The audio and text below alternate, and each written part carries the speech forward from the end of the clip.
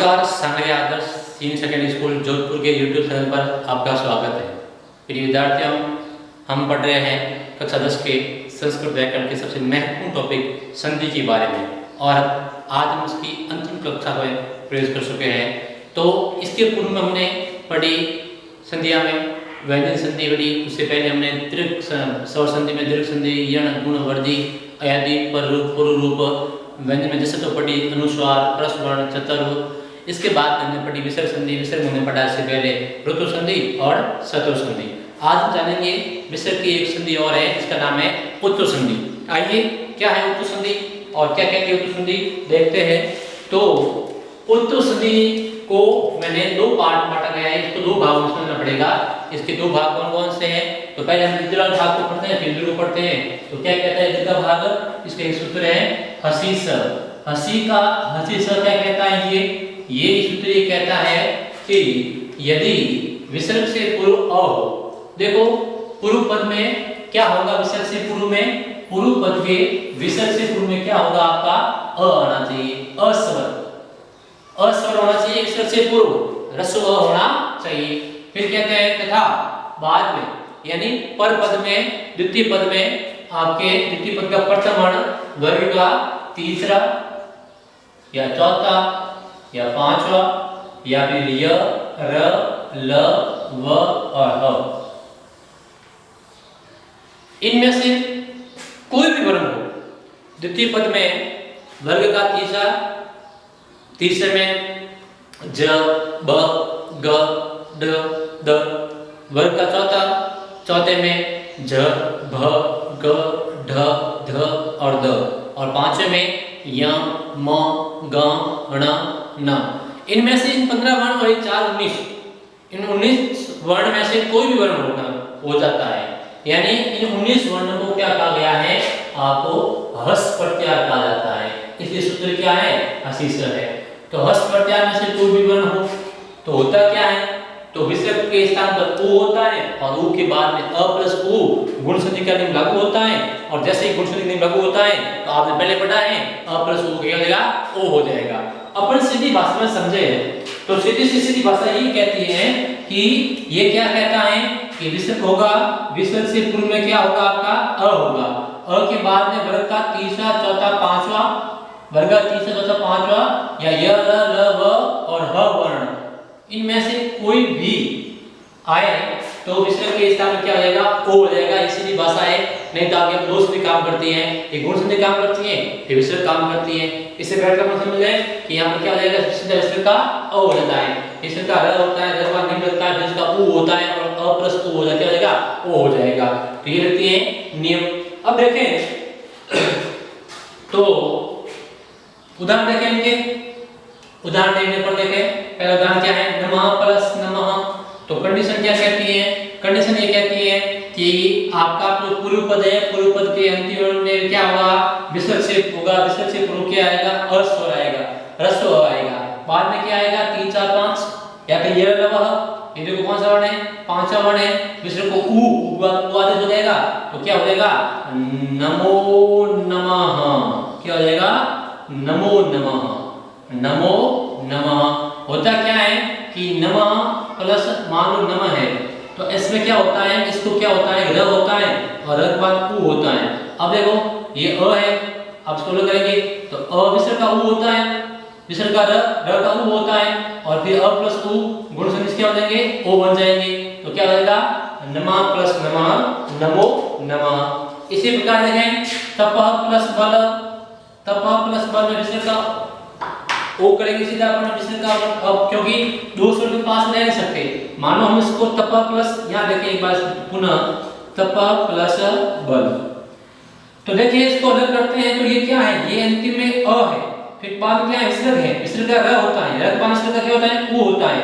अब कभी भी दो स्वर, अब इसको अपन ऐसे नहीं लिख सकते, और नहीं लिख सकते क्योंकि कभी भी दो स्वर एक साथ में नहीं रह सकते। जब दो स्वर एक साथ में नहीं रह सकते तो अपन क्या करते हैं? संधि करते हैं। कौन सी करते हैं? गुण करते हैं। और जैसे अपन गुण संधि करते हैं तो तप ओ लगाएंगे, तपो बल, तपो बल, ये विसर्ग संधि का नियम हो गया। तप बल बल, तपो बल। लास्ट है अभी जो एग्जाम हुए थे 2020 में वहां प्रश्न आया था इसमें से। और क्या प्रश्न था? राम प्लस असति, क्या था? राम प्लस असति।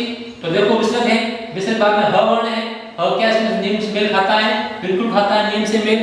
तो क्या होगा? विसर्ग का उ हो जाएगा, अ प्लस उ से ओ हो जाएगा। तो क्या बन जाएगा? रामो असति। क्या हो जाएगा? रामो असति। और ये रामो असति आपके इस वर्ष बोर्ड एग्जाम 2020 में हो चुका है। बोर्ड 2020 में आपका रामो असति हो चुका है। यहां से प्रश्न आया था राम प्लस असति का संधि क्या होगी? तो क्या हो जाएगी? रामो असति। नेक्स्ट देखें, अब यहां से देख मालूम पड़ेगा कि इसमें संधि कौन सी है, ओ देख मालूम पड़ेगा संधि कौन सी है, विसर्ग। अब देखिए यहां अपन को वो नहीं करनी है, गुण में भी ओ था, यहां भी ओ है, लेकिन ध्यान रखना वहां दोनों तरफ स्वर थे, यहां एक तरफ क्या आएगा? व्यंजन आएगा, यानी द्वितीय पद में प्रथम क्या आएगा? व्यंजन आएगा। तो यहां से लेकर है यस प्लस दा क्या हो जाएगा? यसह प्लस दा क्या हो गया? यशोदा। इसी प्रकार देखें तो आपका मनोहर में क्या हो जाएगा? मनः, ये देखो रूप है, यहाँ आगे क्या है? व्यंजन है, पूर्व पद क्या है? व्यंजन का ह है, यहाँ द था व्यंजन का, इस कारण से यहाँ आपकी संधि कौन सी नहीं हुई? यहाँ गुण संधि नहीं होगी, यहाँ विसर्ग संधि ही होगी। उसी प्रकार देखिए सरोवर का, तो क्या करेंगे? यहाँ से करेंगे इसको, तो क्या हो जाएगा? सरह प्लस क्या हो जाएगा? वर, ये आपका वर है। फिर देखो सरोज का, तो ये तृतीय वर्ण है, सरह प्लस झ, क्या हो गया? सरोज। तो देखिए यहाँ सब में क्या आ रहा है? अ आ रहा है, बाद में क्या आ रहा है? 3 4 5 य र ल व और ह में से कोई भी एक वर्ण आ रहा है। उसी प्रकार मान लो आपका एग्जाम आ जाए मनोज का, तो क्या कर दोगे मनोज का? मनः प्लस झ, तो क्या हो जाएगा मनोज का? मनः प्लस झ हो जाएगा मनोजः। ठीक है, तो ये तो क्या था? उत्तों का पहला नियम था, उत्तों का दो नियम मैंने आपको पहले कहा। पहला हमने क्या पढ़ा? अशिष्ट सूत्र के आधार पर क्या कहता है ये सूत्र? इस सूत्र ने ये कहा भाई कि विसर्ग होना चाहिए, विसर्ग से पूर्व में क्या होना चाहिए? ह्रस्व अ होना चाहिए। इसके बाद में हस्त प्रत्याहार। हस्त प्रत्याहार से तात्पर्य क्या है? हस्त प्रत्याहार वर्ग का तीसरा, चौथा, पांचवा और य र ल व और ह में से कोई भी वर्ण होने पर विसर्ग को उ आदेश होगा, उ के बाद में अ और उ के मिलकर के गुण संधि का नियम लागू होकर के ओ हो जाएगा, तो ओ बनेगा, ओ बनते ही संधि कौन सी हो जाएगी? उच्च संधि हो जाती है। अब ये विसर्ग का एक और दूसरा नियम है, उत्तों का एक दूसरा नियम है।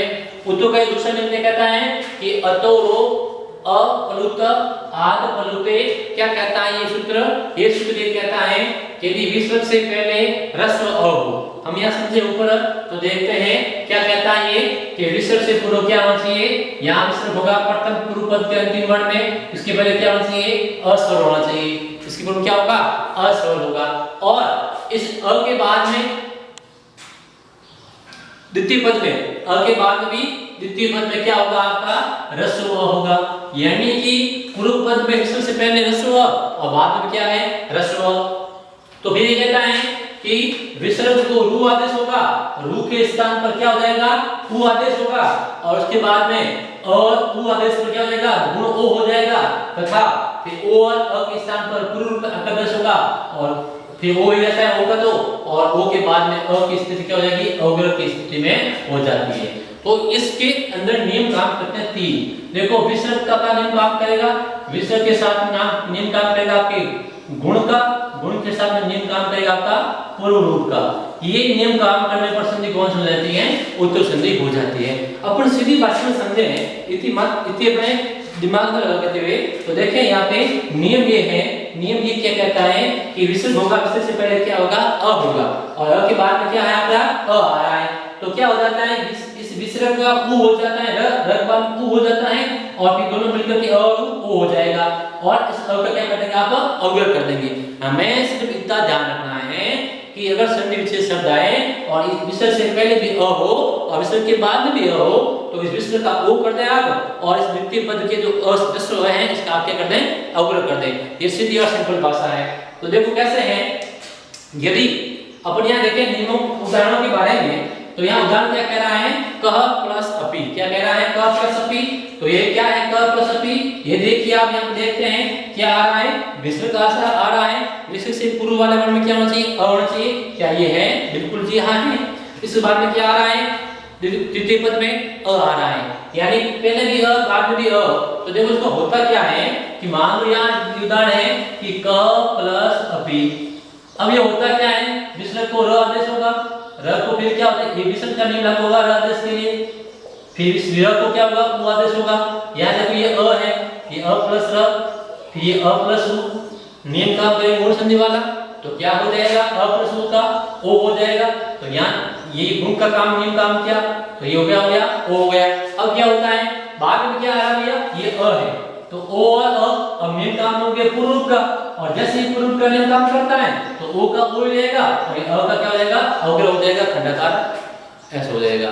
तो ये वो काम करते हैं। और सीधी बात हम समझें कि ये आपके अ है, ये भी अ है, इस अ का ओ कर दो, इस विसर्ग का ओ कर दो, ऐसे होगा एस कर दो या आप अवग्रह कर दो, तो संधि कौन सी हो जाएगी, आपके उत्तर संधि हो जाएगी। उसी प्रकार देखें यहाँ, तो ये क्या हो जाएगा इसका, ये इसका तो हो गया को, क का तो क्या हो गया को, इस अ का हो गया अवग्रह, और क्या हो गया कोपी, तो यहाँ क्या हो जाएगा इसका कोपी, क्या हो जाएगा कोपी।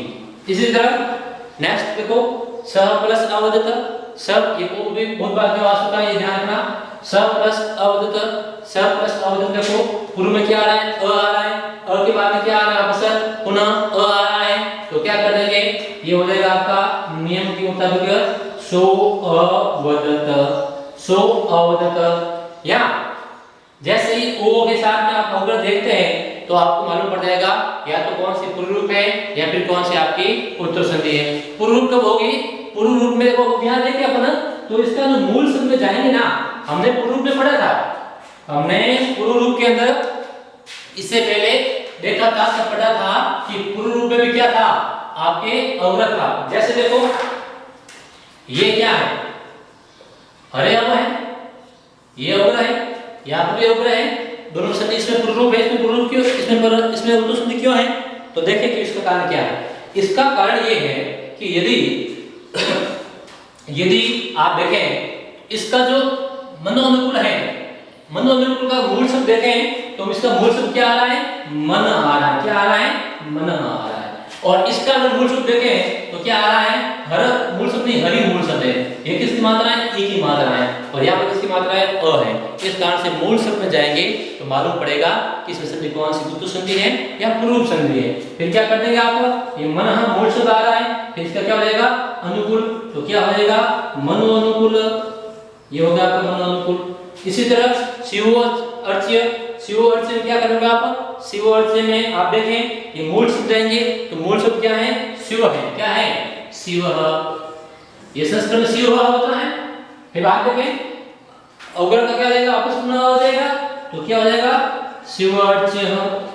इसी तरह प्रथमोध्याय, मूल शब्द है प्रथम में, प्रथम को क्या कहते हैं संस्कृत में, प्रथम, ये प्रथम, ये आपका अ हो गया, बाद में अध्याय क्या आ जाएगा, अध्याय, ये क्या हो गया, ये आपका हो गया प्रथमोध्याय।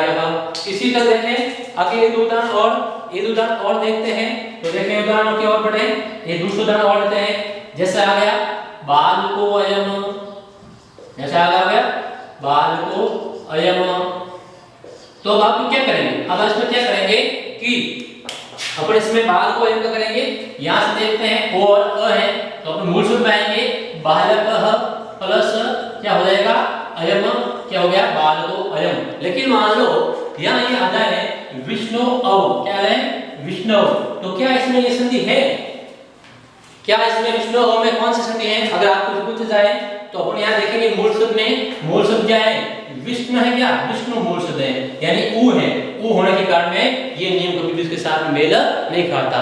इस कारण से हमें कौन सी संधि होगी, यहाँ पे आपकी पूर्व रूप होगी, न कि उत्तर संधि होगी। तो आपको निपटी कौन संधि है, उत्तर संधि। उत्तर में दो नियम पढ़े, हसी सब पूर्व में बता चुका हूँ कि अ होना चाहिए विसर्ग से पूर्व, बाद में 3 4 5 या ये विसर्ग का ओ हो जाएगा।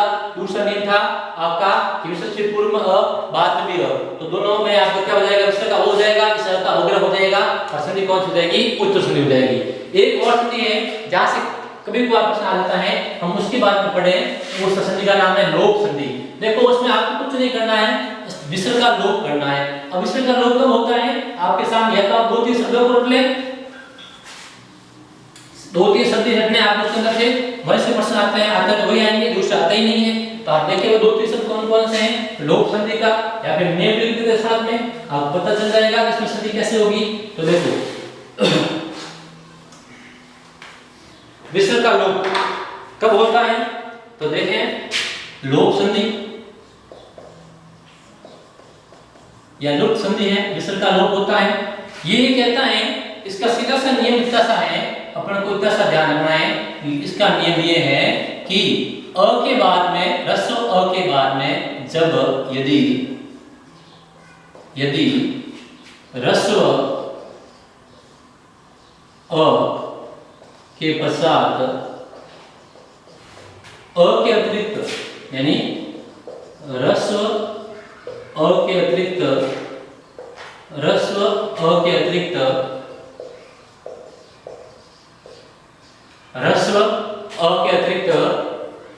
कोई भी स्वर